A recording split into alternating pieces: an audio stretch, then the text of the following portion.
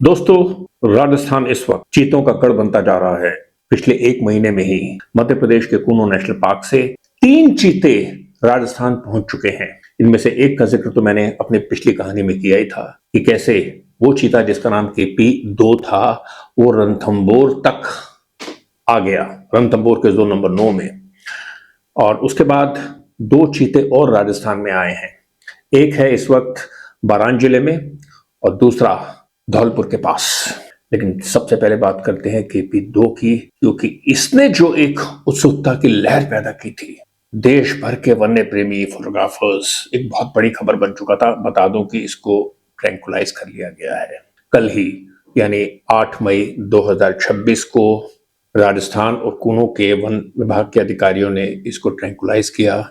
इसका मेडिकल हुआ और इसको वापस कूनो ले जाया गया है। लेकिन KP2 की अगर मैं बात करूं ना, तो एक सबसे सकारात्मक, सबसे पॉजिटिव टेक अवे जो मुझे लग रहा है वो ये है कि 23 दिन तक, ये 16 अप्रैल को पहली बार दिखा था रणथंबोर की जोन नंबर 9 में। 23 दिन तक KP2 नाम का ये चीता उस जोन में रहा जहां पर टाइगर भी हैं, लेपर्ड भी हैं, और दोनों ही इससे बड़े प्रेडेटर हैं और दोनों ही चीते के लिए सबसे बड़े खतरे भी हैं। दोनों इतने ताकतवर हैं कि सेकंडों के अंदर चीते को निपटा सकते हैं। लेकिन 23 दिन तक ये बिल्कुल महफूज रहा, तो इससे जाहिर होता है कि इसकी जो सर्वाइवल इंस्टिंक्ट्स हैं वो कितनी शार्प, कितनी कितनी बढ़िया रही कि इसने अपने आप को बचा कर रखा। ये टाइगर और लेपर्ड का शिकार नहीं हुआ। ये तो एक बहुत बढ़िया खबर है।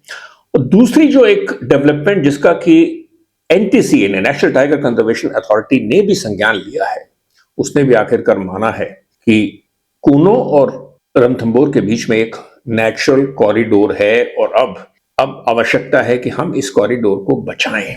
दोस्तों, ये बहुत बड़ी बड़ी डेवलपमेंट्स हो रही है।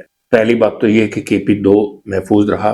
अब इन 2 चीतों की बात भी कर लेते हैं, जिसमें से जो पहला चीता है जिसका नाम है KP3, जो इस समय राजस्थान के बारान जिले में है यहां पर, और इसके ऊपर वन विभाग वाले 24/7 24 घंटे की निगरानी रख रहे हैं।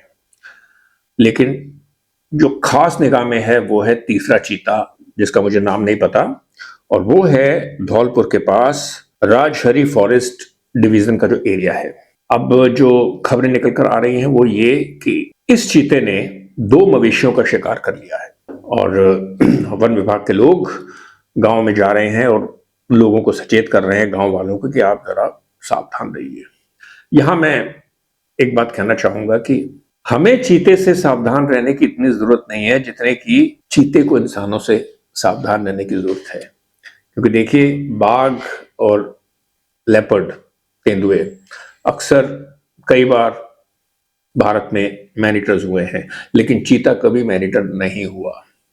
ऐसा कोई रिकॉर्ड नहीं है कि चीता ने किसी इंसान की हत्या की हो, इंसान को मारा हो, बल्कि इससे उलट ही होता है। दोस्तों, ये इंसान ही है जो जानवरों को मारता है। कई प्रजातियों को तो हमेशा के लिए नष्ट कर चुका है।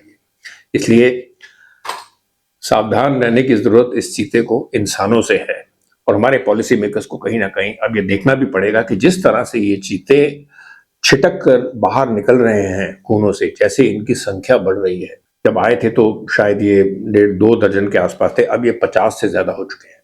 आए दिन खबरें आती रहती हैं कि किसी फला मादा चीता ने 3-4-5 शावकों को जन्म दिया, तो एक खुशी की लहर दौड़ जाती है। तो इनकी संख्या तो बढ़ रही है। रणथंबोर या उसके आसपास के जो इलाके हैं, मैं कहूंगा कि हम रणथंबोर की चलो बात करते हैं। रणथंबोर बहुत कंड्यूसिव है चीता के लिए, वो इसलिए कि यहाँ की जो प्रे बेस है ना, बहुत स्ट्रांग है। यहाँ पर शिकार की कमी नहीं है चीता के लिए। यहाँ पर स्पॉटेड डियर भी हैं, यहाँ पर सांबर भी हैं, जंगली सुअर भी हैं। ठीक है, 75 से ज्यादा बाघ हैं, बहुत सारे तो यहाँ पे लेपर्ड हैं जो कि चीता के लिए खतरे हो सकते हैं। लेकिन भाई, जंगली जानवरों के लिए एक लॉ ऑफ द जंगल होता है, उसमें अक्सर मारे भी जाते हैं, सरवाइव भी कर जाते हैं। इसके बारे में हम कुछ नहीं जानते। अब जो मैंने बात करी ना आपसे, एक नेचुरल कॉरिडोर, जिसके बारे में मैंने खुद पिछले एपिसोड में बोला था, और अब NTCA ने भी इस चीज की तरफ इशारा किया है। तो यहां मैं एक बार आपको फिर कहूंगा कि बड़े बड़े वाइल्ड लाइफ एक्सपर्ट्स, विज्ञान की किताबें ये अपनी थ्योरीज को सामने रखते हैं, लेकिन जो प्रकृति है ना, ये इन थ्योरीज पे नहीं चलती। इसके रास्ते बहुत टेढ़े मेढ़े हैं और अभी हमको इन चीजों के बारे में बिल्कुल पता ही नहीं है, बल्कि बहुत कम ज्ञान है। और मैं तो ये कहूंगा कि अब जिस तरह से ये चीते आज कूनों से निकलकर राजस्थान में आए हैं, हो सकता है उसके बाद वो राजस्थान से कहीं और निकले। हमें इन सब के लिए तैयार रहना चाहिए। We should be ready to welcome them wherever they move.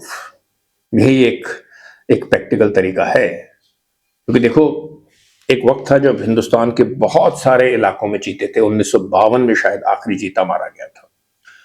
तो अब चीता जब वापस आ रहे हैं, तो अगर वो अब पुरानी अपनी जमीन को, पुराने अपने घर को रिक्लेम करना चाहते हैं तो करने दो भाई, क्या बुराई है इसमें। तो दोस्तों ये था आज का टाइगर्स एंड बियॉन्ड का एपिसोड। जब मैंने पिछला जो एपिसोड किया था जिसका नाम था कि रणथंभौर पहुंचा चीता, तो काफी सारे मेरे व्यूअर्स ने कहा था कि भाई हमें तरह इसके बारे में कुछ और भी जानकारी दीजिए, इसमें क्या डेवलपमेंट होती है, क्या फॉलोअप होता है। तो मुझे लगा कि अब ये पिछले कुछ दिनों से जो डेवलपमेंट्स हो रही थी, इनके बारे में मुझे आप सबको बताना चाहिए। उम्मीद है आपको आज का ये एपिसोड पसंद आया होगा। तो मिलता हूं आपसे जल्दी ही टाइगर्स एंड बियॉन्ड के अगले एपिसोड में।